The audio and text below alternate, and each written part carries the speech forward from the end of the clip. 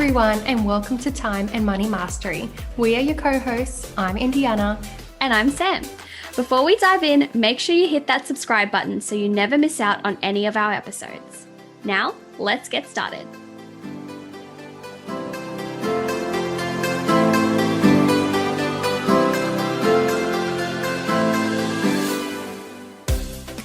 Hello friends, and welcome back to another episode of Time and Money Mastery. It's your co-host Sam here, and it has been an absolutely crazy last few weeks. I feel like I say that every time I come on the podcast, but I swear it is true every time I say it.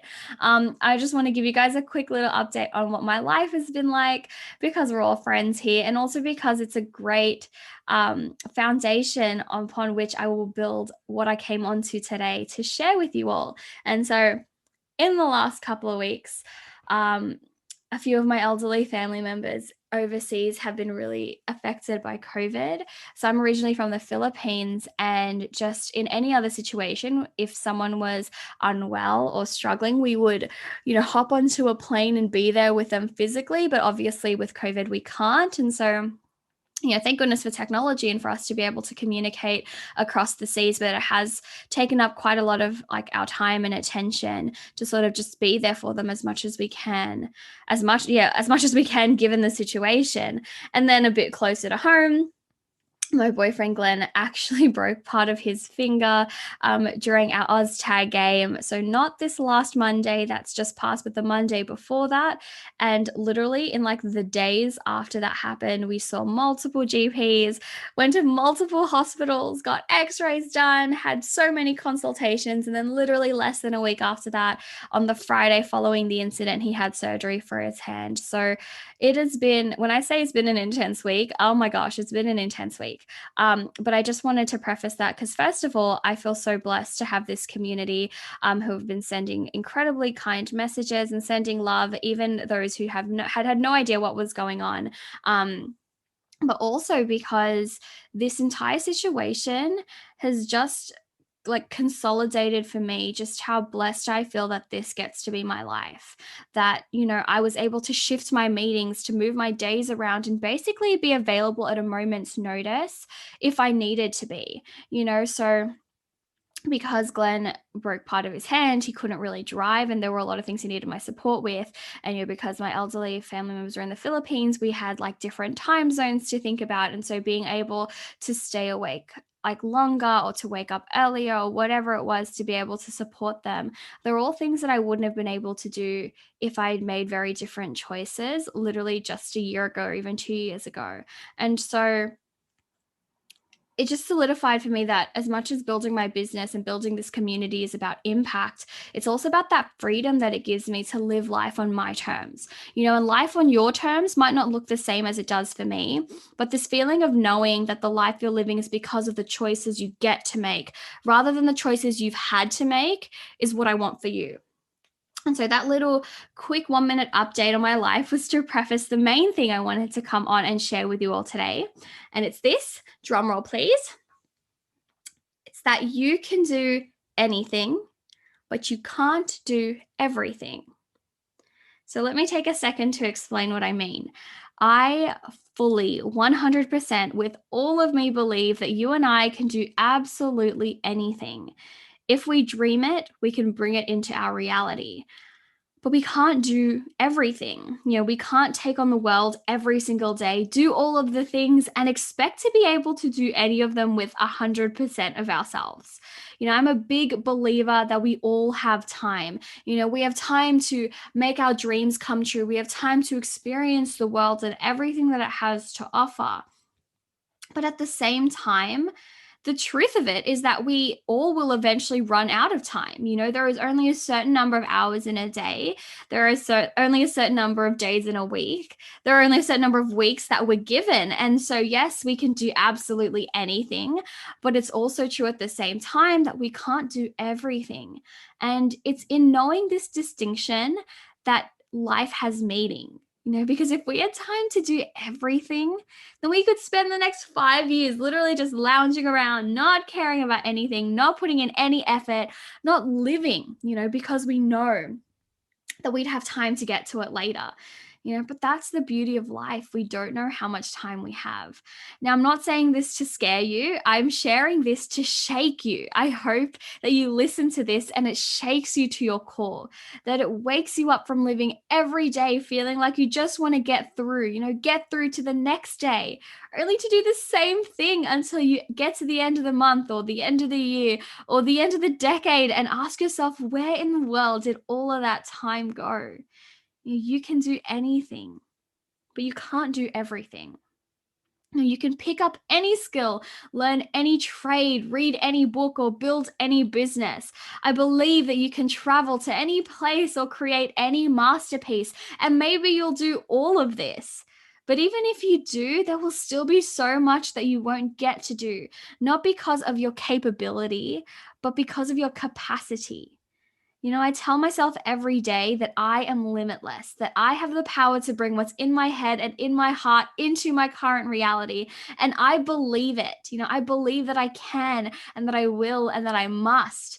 But I also know at the same time that some dreams are bigger than others. Some desires are more pressing. I want some of these things more. It would be nice to see Antarctica, but I must write my book. It would be nice to create an app, but I must bring coaching to Australian schools. This distinction is so important because it's so fundamentally true on a grand scale, such as choosing our dreams, but also on an everyday, day-to-day, living your life kind of scale. We get 24 hours in a day. We get 168 hours in a week. Some things will just have to give.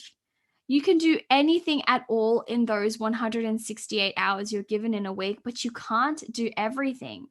And again, it's not because you're not capable. Now, if you're one of those people who don't like the word can't, present company included, a neat little language shift that I like to use is I choose not to do XYZ because ABC is more important to me right now. So, for example, I choose not to go to that party because hanging out with my family is more important right now. Or even saying things like, I didn't finish this important task over the weekend because I decided to watch Netflix and that was more important to me. Sometimes saying this will resonate. Sometimes watching Netflix is the most important thing. It was more important than doing my work because I needed to recharge. But other times it'll feel icky. I know I've said it a few times and I was like, ugh, that doesn't align with, who I know I am and who I know I want to be. And so it spurs me into action. And you can bet that my actions will better reflect my priorities next time.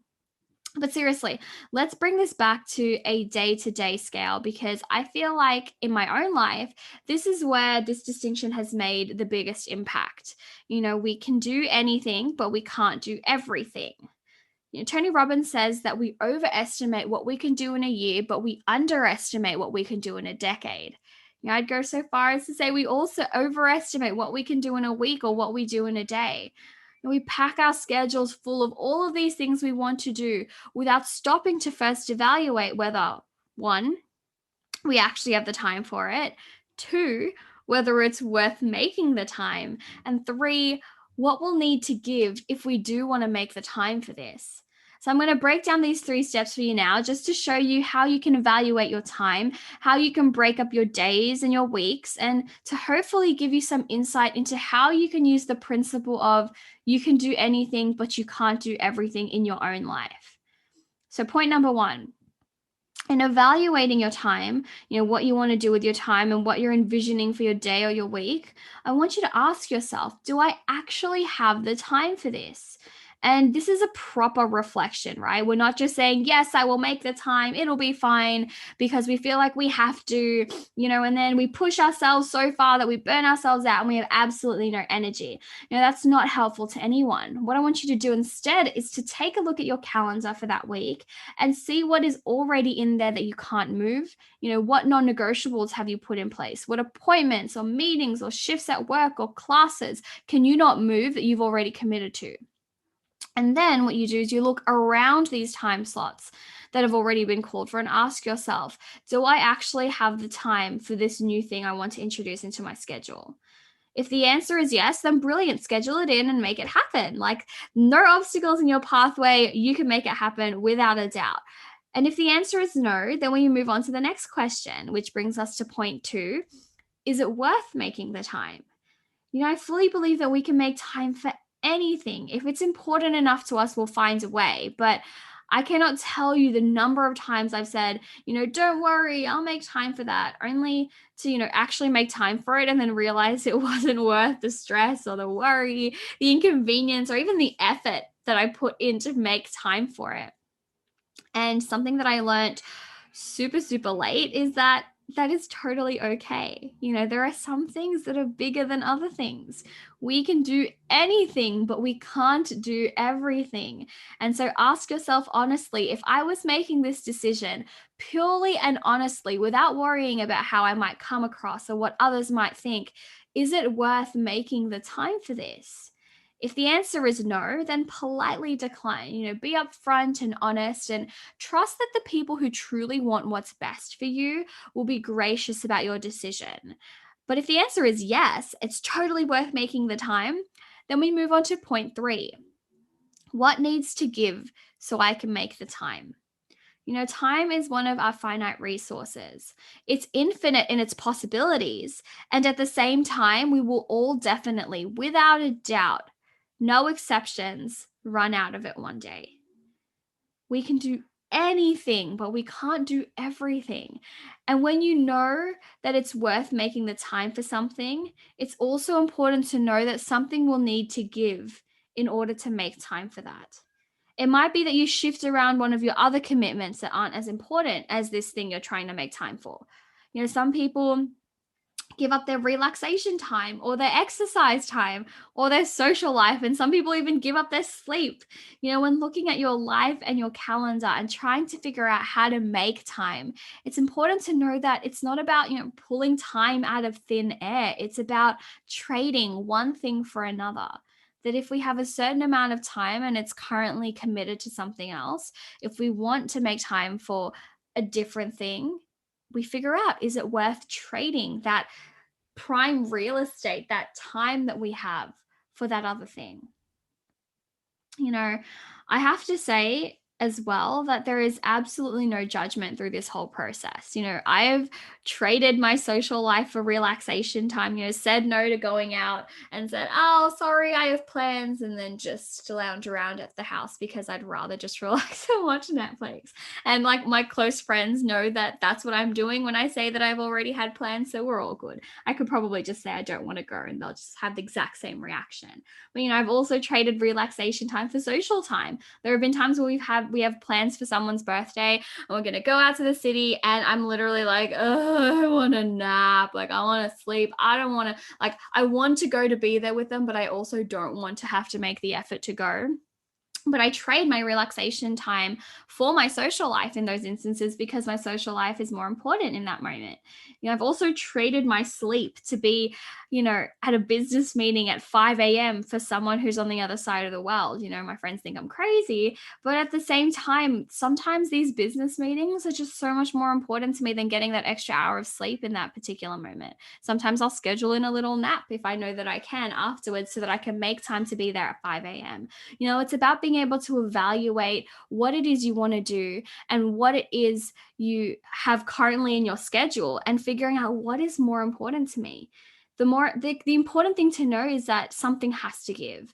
You're not going to make if you're not going to make the conscious choice, about what it is that will give, it's likely that what's going to give is your mental health or your sanity or your energy or your joy. If you just make the decision to make time for it without consciously looking at your schedule and saying, okay, what is going to give for this?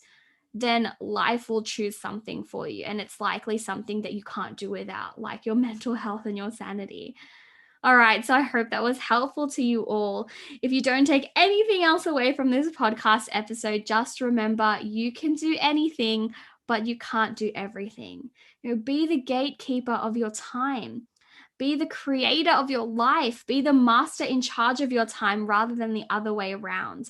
And when you find yourself wanting to add something to your calendar, ask yourself, do I actually have the time for this? Is it worth making the time for this? And what needs to give so I can make time for this? I so appreciate you all being here and sticking around to the end of this episode. If you have any ideas, any burning questions, or anything you'd like us to discuss on the podcast, you can follow the link in the show notes to record your question in a voicemail or to submit our form. I cannot wait to see you guys again in our next episode. Until then, take care. So that's a wrap. If you loved today's episode, leave us a 5-star review on Apple Podcasts and let us know why you loved it. If you know someone who needs to hear this, then send it their way and share it to your stories, tagging us at Time Money Mastery. Feel like you're wanting just a little more? Jump on over to our Facebook community. You can find the link in the show notes. That's all from us today, fam. We'll see you soon.